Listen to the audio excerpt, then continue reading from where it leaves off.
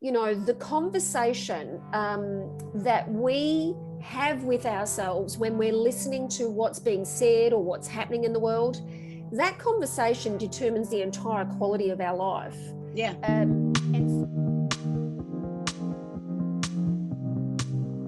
The other thing that I'm very passionate about, and this is one's very closely connected to my culture.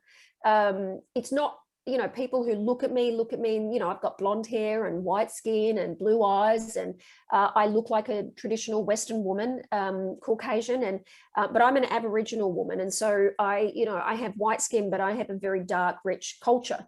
And storytelling, as anyone would know, for any Indigenous culture, no matter where you are in the world, whether you're, in the United States or you're in South America or you're in Australia, but the Indigenous cultures, wherever you go, they are connected and have the experience of connection from what we call storytelling. Okay. And storytelling is not, for us, it's not just about the telling of the story, it's about listening and our ability to, you imagine like the first kind of nations people of any country where there was no, before the industrialized world, where you would sit around a campfire and you would have people telling stories. Well, there's no distraction in that. Like, you're not sitting there going, oh, I need to check my iPhone, or, oh my goodness, what's happening in the world over there, or someone's making a phone call. Well, no. Right. Actually, all that's really happening is like a child sits there and listens to a person, reading a storybook. They are just in the story. They are like, the imagination is just going, wow.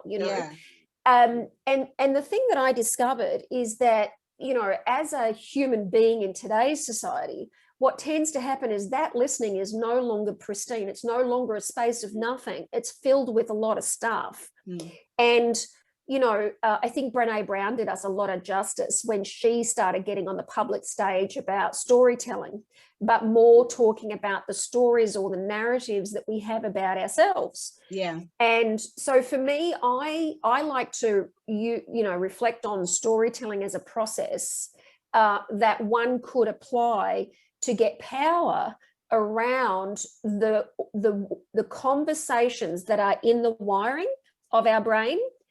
Because the conversations that do show up in our existing wiring are automatic. They are wired from when we're a very young age. And from a neuroscientist perspective, there is a development that we go through as a human being, and certain ages are all predictable.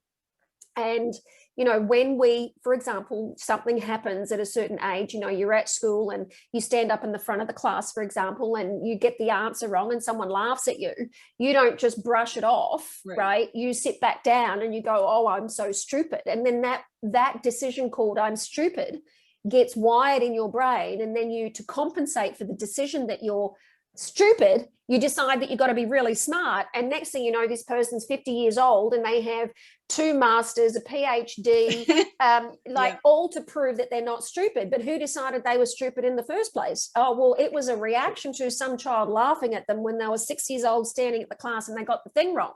Yeah. So when you apply the principle or the practices or approach, however you want to call it, of telling me your stories, well, you could just see right there, I told you a story of a 6-year-old standing at the, I tell you that story. It's very clear in that you can hear, oh, what decisions did you make? Oh, that I'm clearly stupid. Oh, is that true, or is that a belief? And then you go, oh, right, that's a belief. Oh, and that's why, so you can start to then unfold. Firstly, it's about the identification of what are the things that you had wired in that brain of yours to begin with. Because unless you're clear about that, then you don't actually even know what you're unwiring. I mean, if someone looks at a person who's doing a PhD and just, would they have ever thought, oh, that person is clearly stupid for themselves? No, actually, no, completely the opposite, right? So you can't even work out what it is that you're up to when it comes to wiring, because everybody's different. Despite every human being being the same, when it comes to the way that the mechanics work, every single human being has a unique story, and you can never predict what it is that is, their thing when it comes to the wiring. But I absolutely say for sure that storytelling itself is an incredibly powerful access. Damn, I listened to another interview of yours, and the host actually said, I think we could talk for, a few hours. And I get that, because I know, that's what I'm like. Like, how long do you have, Kylee? No. Yeah, we're gonna have to do a few parts. But you know what's interesting, what I like, so like I'm very engaged and interested in what you're saying. So you're, obviously you can tell this is in your DNA, storytelling, because straight away I'm immersed and intrigued and curious and asking lots of questions in myself. And I think that's good. It kind of harks back to what you said about the importance of listening. And I think you've hit the nail on the head, that we've lost the ability to listen, not just to each other, but to ourselves, and realize, what's driving all these behaviors and causing me, I suppose, to kind of settle in an opinion of myself. So yeah, thank you. That's a nice revelation that I'm going to sit on and think about a bit more. Yeah, absolutely. Well, thanks for saying that, and I like your reference to the DNA, and I certainly thought from my approach, really, that it's been a 10,000 hour job. Let's just say that, right? So it is not in my automatic wiring to just, to be really frank, to even want to communicate to people. Okay. Right. So for me to be in a conversation where there's absolute freedom to not only see that, but really that comes from now my passion for storytelling, not just for the discovery, but it is in sharing one's stories actually also that transforms what's possible for other people. And I think that's, that is the power of storytelling. When you tell a story, people are engaged. People want to listen. People want to connect with you. They want to. And that's why I'm very passionate about that, because I do really believe, and there was a quote by the Dalai Lama about that, the planet does not need more successful people. The planet desperately needs more storytellers. Because, ultimately what we're desperate for at the end of the day is connection. Yeah, absolutely. Yeah. Well, that reminds me, unless, did you have another question, Adam? No, you go for it. Yeah. Well, I was going to at some point ask you about, you've just been described as an authentic leader. And I think that storytelling ties into that, because I wanted to ask you what that means to you to be an authentic leader. But I think that storytelling ties into that a little bit. Would you say? Absolutely. Yeah. Absolutely. Firstly, for me, being authentic actually starts with telling the truth that who we are as a human being is fundamentally inauthentic. So, if we look, and I think the easiest way to make that practical in terms of how we can see that is, we show up to work with a smile on our face and doing things that are really great in the world. And in reality, we go home and we're incredibly harsh on oneself. I mean, that's just a perfect example.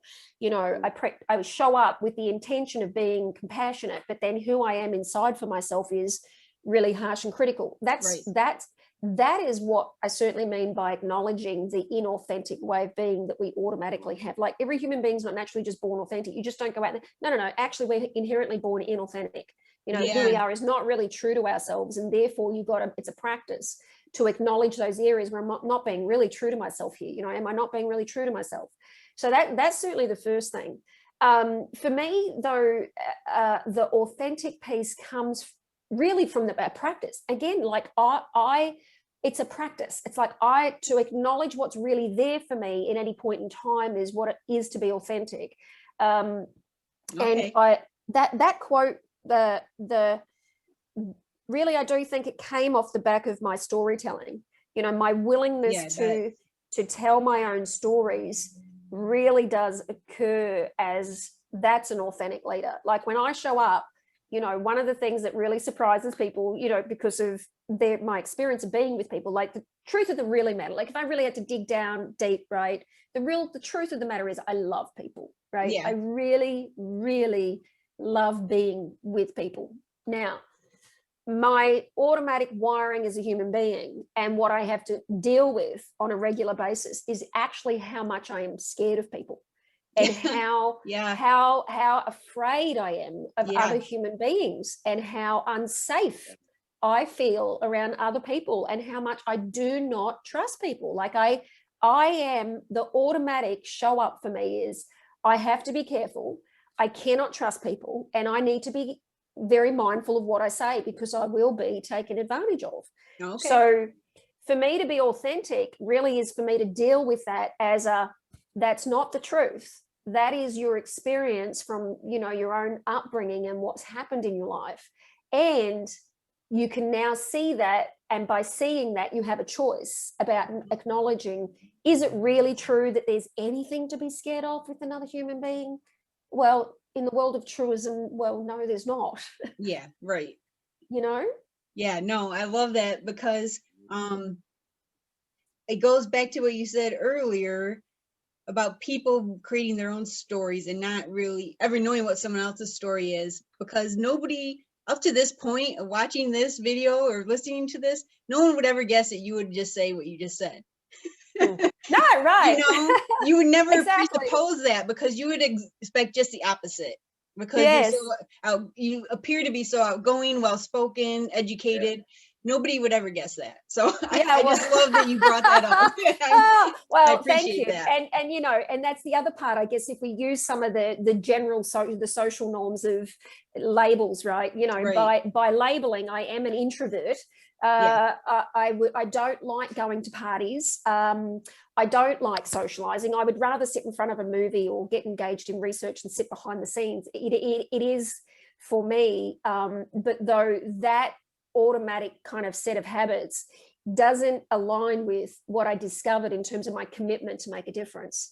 And I can still very much choose to, and I still, there are definitely times for me where I absolutely need to take that step back and have that time for myself. So I'm very conscious of making sure I have practices in my life to make sure I you know, exercise well, eat well, get plenty of rest, meditate, swim. You know, I have to put those things in place because I've had an entire lifetime of being trained to, you know, to keep myself separate. Right. No, I understand that 100%. Yes. Adam's our extrovert on the show, I think. Right. Oh, thanks. Well, it's funny. I've thought about that a bit recently, you know, where would I fall? Because I certainly hear you, Kylee, in that it's good to reflect and go, what do I need, you know? Because I find from time to time it's important for me to get energy from others, but then sometimes I get too much energy from others and it overwhelms me, and then I need to take a step back. So in a way, it's kind of understanding what you need. And just, you know, so if you say, for example, say I'm an introvert or I'm an extrovert, or I would probably classify myself as an ambivert, is it's just know that you're going to need different things. You know, because sometimes, like being at home, being with yourself, you might need others to kind of give you some more energy to pump you up. So it's tricky, but it comes back, as you said, knowing yourself, I think. Yeah. But I do have to say kudos to you for being so open and honest. And I think that's something other podcast hosts have called you out for, you know, your vulnerability and honesty and authenticity, to say, you know, outward appearance is on this very, you know, powerful, you know, speaker who can, you know, craft a lot of stories. But deep down, I'm really conflicted every day with how I interact with people, because there's so many people out there right now, I'm sure, going through the same conflicts, but not knowing, you know, or not feeling comfortable to share that. But the more you do that, the more it normalizes it and people feel more connected, I think. So, so definitely kudos to you for taking that step. Yeah, thank you. And look, for me,